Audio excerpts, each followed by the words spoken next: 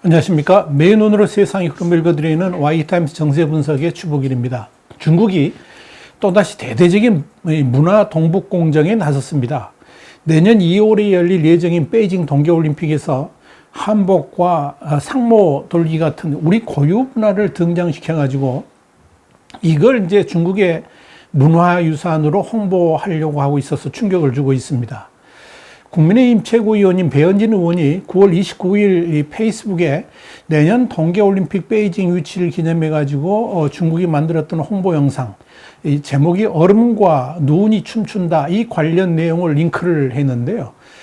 중국의 역사 왜곡 행태에 대한 문화체육관광부, 그러니까 문체부의 대응을 강도 높게 질타를 했습니다. 배현진 의원은 그러면서 아리랑을 BGM으로 또 장구를 놓고 추는 부채춤 홍보 영상, 중국 문화입니까? 그러면서 문체부는 어떤 확신의 타이밍을 기다립니까? 라고 물었습니다.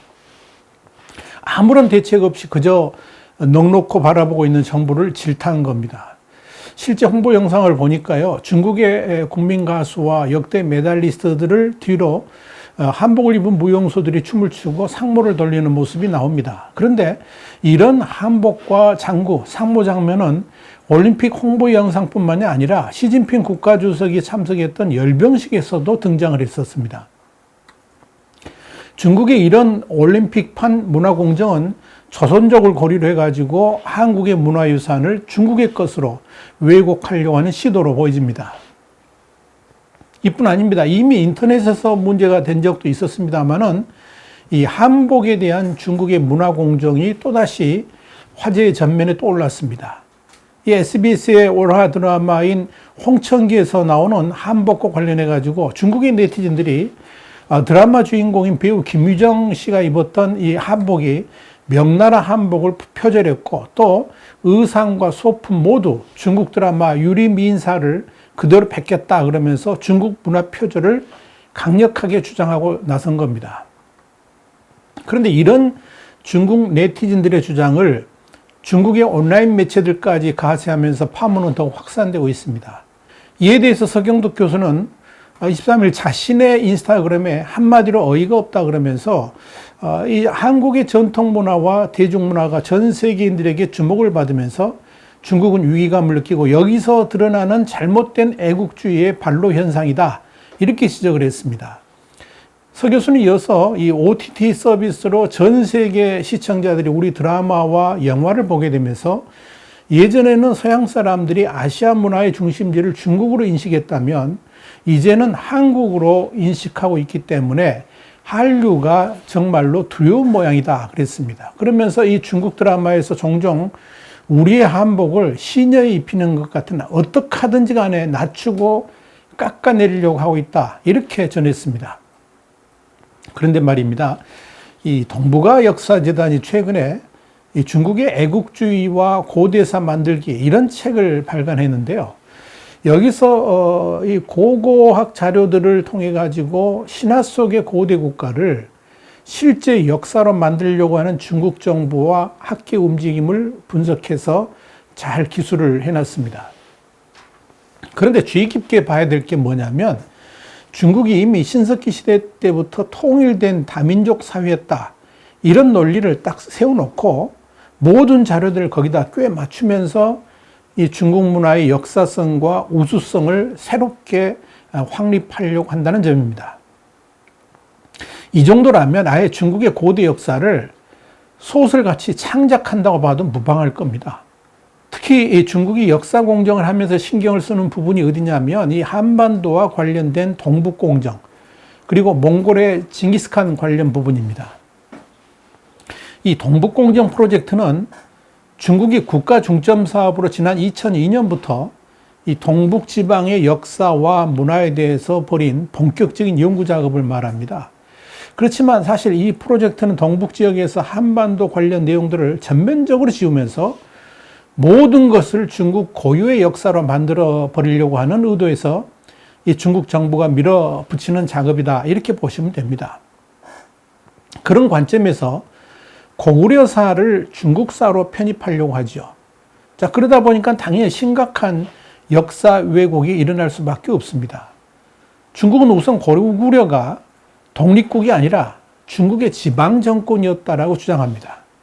그리고 고려 왕조는 고구려 왕조하고는 전혀 관련이 없고 그렇기 때문에 역사적으로 계승하지도 않았다라고 쓰고 있습니다. 이건 분명한 왜곡이죠. 고구려는 독자적 연호를 사용했다는 거 이미 역사적으로 다 증명된 사실입니다. 또 중국이 지방 속국의 증거로 제시하는 중국 왕조에 대한 고구려의 조공, 책봉 이런 내용도 그것이 중국의 지방 정권이라는 것을 확인해 주는 것이 아니고 당시의 외교 형식일 뿐인 거죠. 근데 그런 역사 왜곡은 지금도 중국 내부적으로 작업 중입니다. 그 대표적인 내용이 조선이 청나라의 속국이었다는 부분입니다. 동북공정으로 고조선 그리고 고구려 발해사를 삼기로 했던 중국은 정사로 인정되지도 않은 청사고에 속국전을 만들고 조선을 여기에 포함시킨 전례도 있죠. 분명히 말씀드리지만 중국의 동북공정은 아직 끝나지 않았다는 겁니다. 최근에 불거진 한북공정이라든지 김치공정 역시 중국의 한국 역사 침탈을 기정사실화하는 가운데 나온 것들입니다. 서길수 전 서강대 교수는 지난 3월 1일 동북공정 침탈 보고라는 웹세미나를 열었습니다. 여기서 중국의 동북공정은 2004년 8월 정치 문제하는 것을 방지하겠다는 한중 양국의 5개 한 구두 양의 이후에 수면으로 이제 가라앉았지만 그럼에도 중국 공산당의 지린성 그러니까 길림성 위원회 선전부 등을 중심으로 해가지고 동북공정 작업은 계속 이어졌고 2007년 1월까지 5개년 계획했던 이 동북공정을 2년 더 연장해가지고 2008년 말까지 강행했다라고 주장했습니다. 그러면서 서 교수는 역사 침탈을 마무리한 중국은 굳히기 작전에 들어갔고 2016년까지 지린성 사회과학원이 발행한 학술지 동북사지를 통해서 역사 왜곡을 계속했다 그랬습니다. 그 결과로 고조선, 고구려, 부여, 발해는 이미 중국사 일부로 둔갑을 했고 신라, 고려, 조선의 역사는 중국의 번속국 그러니까 반식민지로 격화됐다라고 지적을 했습니다. 서 교수는 이어서 이런 중국의 일방적 역사 왜곡은 중국어 사용자 80%가 쓰는 포털 바이두에 이 바이두백과에 그대로 반영이 됐다 그랬습니다. 이 바이두백과의 고전선 항목을 보면 문화는 물론이고 혈연의 속성 같은 모든 것들이 오늘날 대한민국이나 조선의 역사에 속하지 않는 중국 고대의 지방 정권이라고 완전히 변개를 했고요. 고구려 항목에서는 중국 중앙 왕조의 지방 행정 조직 특성을 가졌다. 또 주권을 가진 독립국가가 아니었다. 그러면서 중국사의 일부라는 동북공정 논리를 그대로 반영하고 있다라고 강조를 했습니다. 이런 차원에서 시진핑 중국 국가주석이 2017년 4월에 트럼프 대통령을 말하라고 해서 만났었죠. 거기서 뭐라 그랬습니까? 한국은 역사적으로 중국의 일부라고 말했던 겁니다. 다 이유가 있는 겁니다. 서 교수는 이어서 마지막 보루로 여겨졌던 중국 역사 교과서조차도 최근에는 왜곡의 움직임이 보이고 있다 그랬습니다. 뭐냐면 과거에 초급 중학과본 중국 역사에선 수양제가 끊임없이 이웃나라 그리고 고구려를 공격했다라고 썼는데 2016년 중국 역사 교과서에서는 고구려라는 나라 이름조차 쓰질 않고 수양제가 요동을 3차례 쳤다라고 써가지고 수나라하고 고구려의 전쟁이 중국과 외국의 전쟁이 아니라 마치 이 중국 내부의 전쟁인 것처럼 그렇게 서술했다는 겁니다. 서 교수는 이어서 이 같은 중국의 패권주의 역사 침탈은 아시아와 세계 평화에 역행하는 것이다. 이렇게 강조를 했습니다. 자, 문제는 이런 중국의 역사 왜곡을 우리나라의 주요 관료들까지도 그대로 수용하고 있다는 거죠. 지난 4월 4일 중국산 알몸 김치 사건 여러분 잘 아시죠? 이 알몸 김치 사태하고 관련해 가지고 중국에 식품 안전 인증을 요구할 수 없느냐 이렇게 국회에서 질문하니까 이 식품의약품안전처 대변인실 공무원이 뭐라고 답을 한지 아십니까? 옛날로 치면 한국은 속국이고 중국은 대국인데 이 속국이 식품 안전 인증을 받으라고 하면 대국이 기분 좋지 않을 것이다. 이런 말로 대답을 했습니다. 어처구니가 없는 말이죠. 문재인 대통령도 2017년 베이징 대연설에서 그런 말을 했죠. 중국을 높은 산봉우리라고 그랬고 한국을 작은 나라라고 했습니다. 한국은 작은 나라지만 대국 중국의 중국몽에 함께 참여하겠다라고도 했습니다. 여러분, 중국은 의도적으로 한국을 하대하고 있습니다. 특히 중국 왕이 외교부장이 보여준 행태를 보면 이미 도를 넘어섰죠. 심지어 대통령의 팔을 툭툭 치는 일까지 벌어졌습니다. 이게 말이 됩니까? 왜 중국이 한국을 그렇게 우습게 볼까요? 이유는 그들의 머릿속에 한국이 과거 중국의 속국이었다고 믿기 때문에 그렇습니다. 자, 그렇다면 중국은 왜 이렇게 집요하게 역사를 왜곡하면서 고대사를 창자가다시피 바꾸려 할까요? 크게 두 가지 이유가 있습니다. 하나는 중화사상 때문이고 하나는 영토 야욕 때문입니다. 그중 중화사상은 중국이 세계의 중심이고 중화민족이 세계 최고의 종족이라 믿습니다. 그들은 이미 한족이란 말은 사용하지 않습니다. 지금의 중국인들이 바로 중화민족이라는 거죠. 당연히 자신들이 세계의 중심이기 때문에 세계인들은 중화민족을 중심으로 뭉쳐야 되고 자신들이 세계의 지도자가 될, 또 세계의 지도국이 될 것이다. 이렇게 확신합니다. 여기서 나온 것이 바로 중국몽이고 세계 패권주의죠. 그리고 또 하나의 이유가 있습니다. 바로 영토 확장 욕심입니다. 중국이 이 남중국해에 9단선을 그으면서 9개의 선을 그으면서 이 9단선 안에 있는 250여 개의 섬과 암초와 산호초 모두를 중국 영토라고 주장하고 350만 제곱킬로미터에 이르는 해역의 80%를 중국 관할이라고 주장하는 근거가 바로 역사적 권원, 그러니까 역사적으로 권리가 있다 하는 그런 겁니다. 2000여 년 전에 한나라 시대 때부터 중국인이 남중국해로 항해를 하고 섬을 발견해 가지고 이름을 지었다 하는 기록이 남아 있다는 거죠. 그런데 그런 기록들은 중국뿐만이 아니라 남중국해 주변의 동남아 국가들의 고문헌에도 등장합니다만은 중국은 이걸 철저하게 무시합니다. 자신들의 기록만 진짜라고 빡빡 우기는 거죠. 자, 이런 이유 때문에 지난 2016년 헤이그 상설중재재판소는 남중국해의 영유권에 관한 중국의 주장을 전면 부정했던 거죠. 그런데 중국의 그런 주장을 그대로 따르자 그러면 한국도 과거에 고구려와 발해의 영토를 당연히 우리의 영토라고 주장해야 될 거 아니겠습니까? 이 땅의 반환을 우리는 중국에 요구를 해야 됩니다. 그래야 맞지 않습니까? 자, 중국이 고구려사를 비롯해가지고 발해사, 모든 것들, 이런 것들을 동북공정을 하면서 그 역사들을 중국 역사 일부로 완전히 새롭게 쓴 이유가 뭡니까? 바로 여기에 있는 겁니다. 그런 주장을 원천 봉쇄하기 위함이죠. 사실 한반도 통일을 중국이 가장 꺼려하는 이유 중에 하나가 이 통일된 한국의 과거 한반도와 연결된 고구려, 발해 이런 부여, 이 땅에 대한 영유권 주장을 할 수도 있다. 이런 우려 때문이라는 말이 있습니다.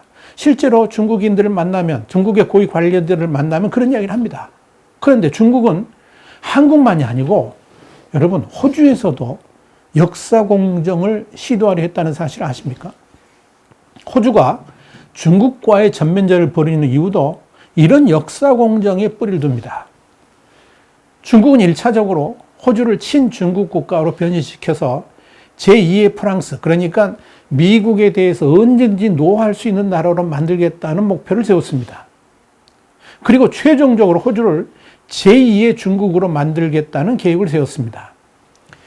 우리 와이타임스 이 영상을 계속 보시는 분들은 이 내용을 한번 제가 말씀드렸으니까 아실 겁니다. 지난 6월 6일에 우리 와이타임스가 자세하게 보도를 해드린 바 있고요. 지금 인터넷 신문 기사로 들어와서 찾아보시면 6월 6일자를 찾아보시면 호주가 중국과 전쟁 불사 외치는 진짜 이유, 이 제목으로 기사가 실려 있습니다.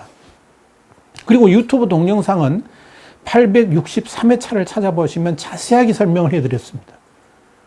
오늘은 간단하게 설명합니다. 중국은 이미 2004년부터 호주를 중국화하는 방법에 대해서 준비를 하기 시작했습니다. 당시 공산당 총석이었던 후진타오가 앞으로 호주를 중국의 전체적 주변에 포함하기로 당 최고 권력기관인 중앙위원회에서 결정되었다라고 전달했습니다.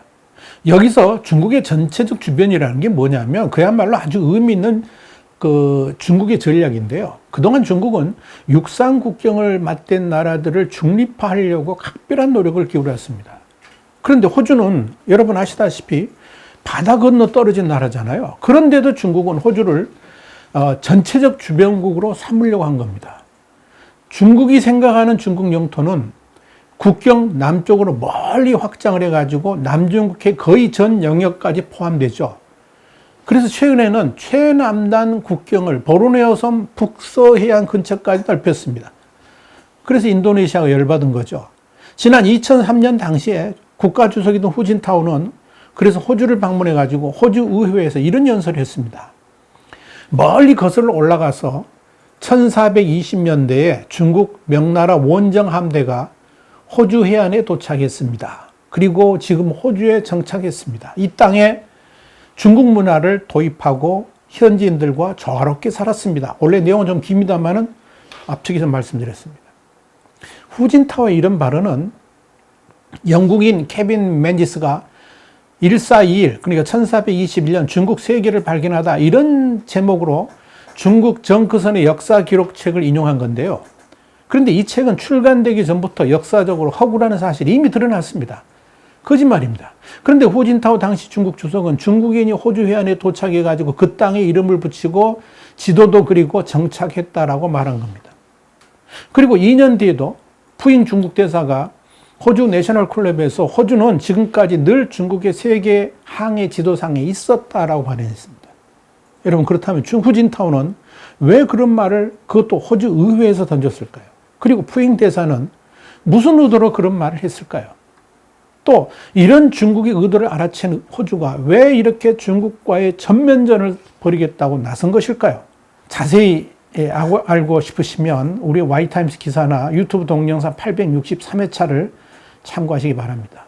중요한 것은 그런 중국의 역사 공정의 속뜻을 안다 그러면 중국의 그런 시도에 절대 가만히 있어서는 안 된다는 겁니다. 조용히 눈만 껌벅거리고 있다가는 반드시 당하게 됩니다. 이것이 역사가 우리에게 가르쳐주는 사실입니다. 와이타임스 정세 분석이었습니다. 다음 시간에 다시 뵙겠습니다. 감사합니다.